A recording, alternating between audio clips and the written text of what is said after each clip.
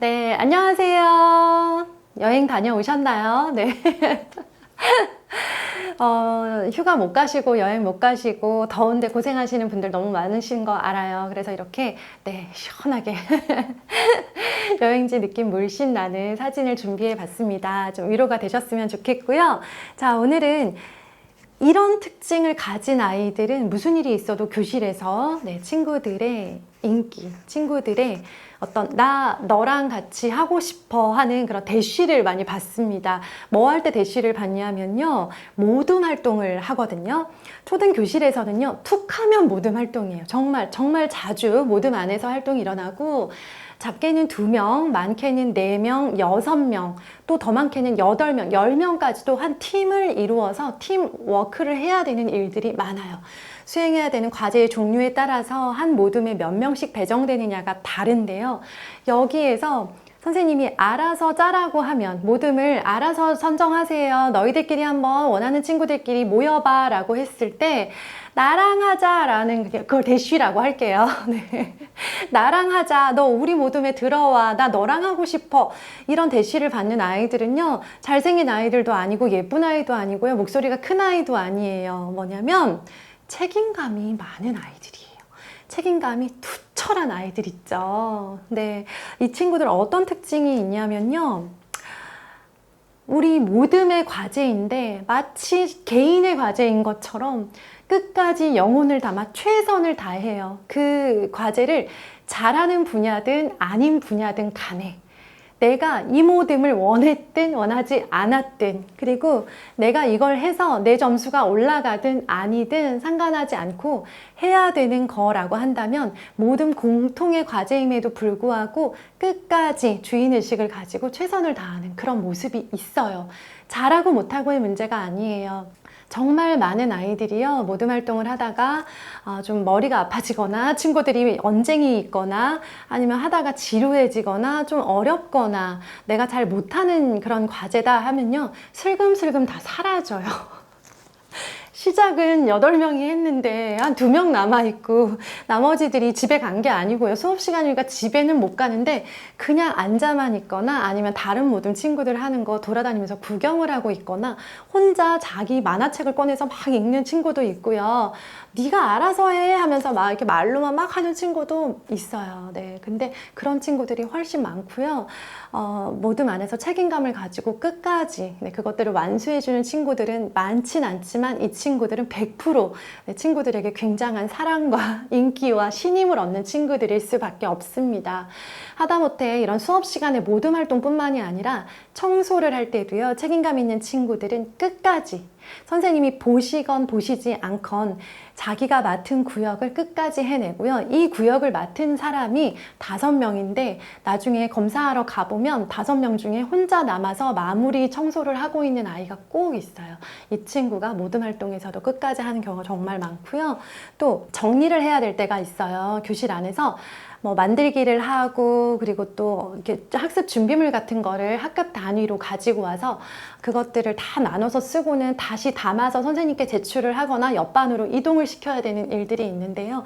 이럴 때 네, 그것들을 정리하고 또 심부름까지 그렇게 열심히 하는 친구들 또 급식 시간에 급식 당번들이 있어요. 급식실에서 먹지 않고 교실에서 먹을 때는 당번들이 있는데요. 급식 당번이 하루에 뭐 5-6명 정도 되는데 네, 늘 마지막까지 자기 놀 시간, 쉴 시간을 반납하면서 그 급식 네, 급식 차를 끝까지 정리하는 친구가 있습니다.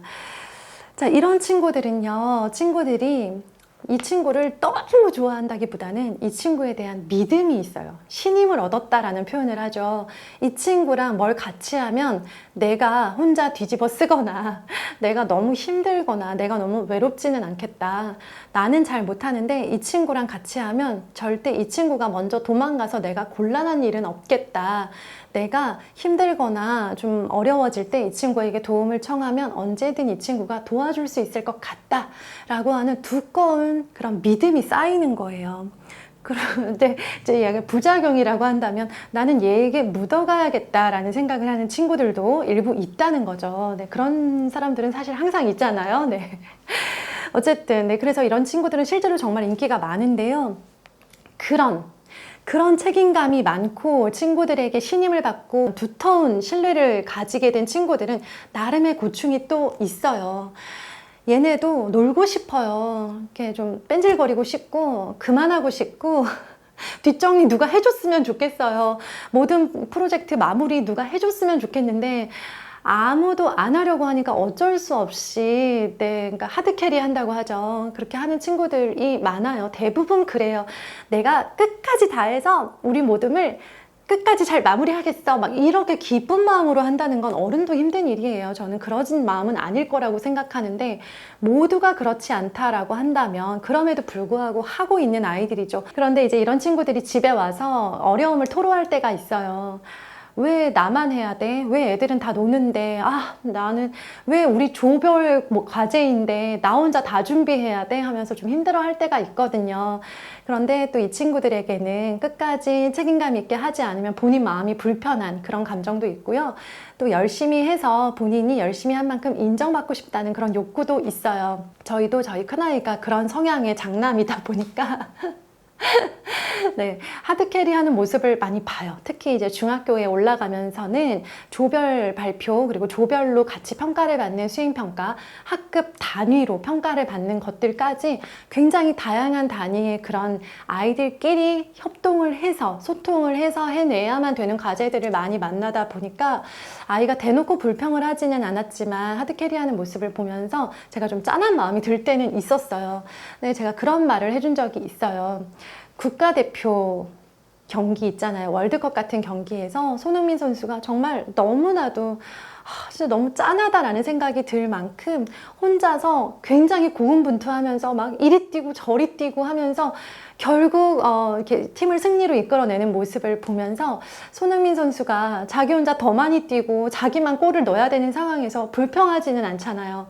팀의 승리를 이뤄내는데 가장 큰 역할을 한 것은 맞지만 그것이 팀의 승리에만 그게 팀에게만 좋은 건 아니었다라는 거죠. 팀에게도 너무나 좋은 일이고 손흥민 선수 개인에게도 본인이 한 단계 성숙하고 업그레이드 되고 성장하는 그런 좋은 계기가 되잖아요. 하드캐리하는 모습이 겉에서 보기에는 너무 짠하고 저 사람이 손해보는 것 같고 보이지만 그 열심히 책임감 있게 한 발자국이라도 더 뛰려고 했던 모습 자체는 그 선수 개인을 위한 개인에게 굉장히 큰 혜택이었다라는 것을 이야기를 해주었어요. 그랬더니 좀 이해도 되고 위로도 되는 것 같았습니다. 아이가 혹시 본인이 하드캐리하는 것에 대해서 힘들어한다면 손흥민 선수가 국가대표 A매치에서 몸을 불사르며 뛰는 모습 그것이 결국 본인의 몸값을 올리는데 얼마나 큰 기여를 하는지 그것에 대해서 꼭 이야기해 주셨으면 좋겠어요. 그러면 이제 또 책임감이 없어요. 선생님, 저희 아이는 책임감이 너무 없어요. 아까 말씀하시는 모둠에서 소위 뺀질거리는 아이, 저희 아이인 것 같아요. 하시는 분들은요, 이번 방학 때 제가 꼭 추천해드리고 싶은 책임감을 가지는 습관이 있습니다. 첫 번째는 집안일 중에 한 개는 이 아이의 담당이 있었으면 좋겠어요. 신발 정리든 분리수거든 아니면 반려동물이 있는 경우 그 동물에 관한 어떤 책임감이든 아이가 본인이 어른은 아니고 부모가 아니지만 우리 집안의 어떤 부분을 맡아서 그것을 본인이 책임지고 해내는 것 그것은 아이를 힘들게 하는 게 아니고요. 얘가 나중에 그것들을 통해서 키운 책임감으로 교실 안에서 친구들이 서로 같은 모둠 하자고 막 대쉬하는 그런 아이로 만들어 준다는 거예요. 자, 그리고 자기 일은 자기가 하는 것은 기본으로 해주세요. 초등 몇 학년이든 상관없습니다. 엄마가 해주는 게 기본값이 되시면 안 돼요. 초등학생은 본인이 하는 게 기본값이고 하다 힘들거나 자꾸 실패를 하고 너무 시간이 없을 때만 부모님이 살짝 도와주시는 것 그리고 먹은 밥그릇을 갖다가 치우는 것은 그냥 기본 이 정도는 기본값으로 해주셔야 아이가 학교 생활이 편안합니다.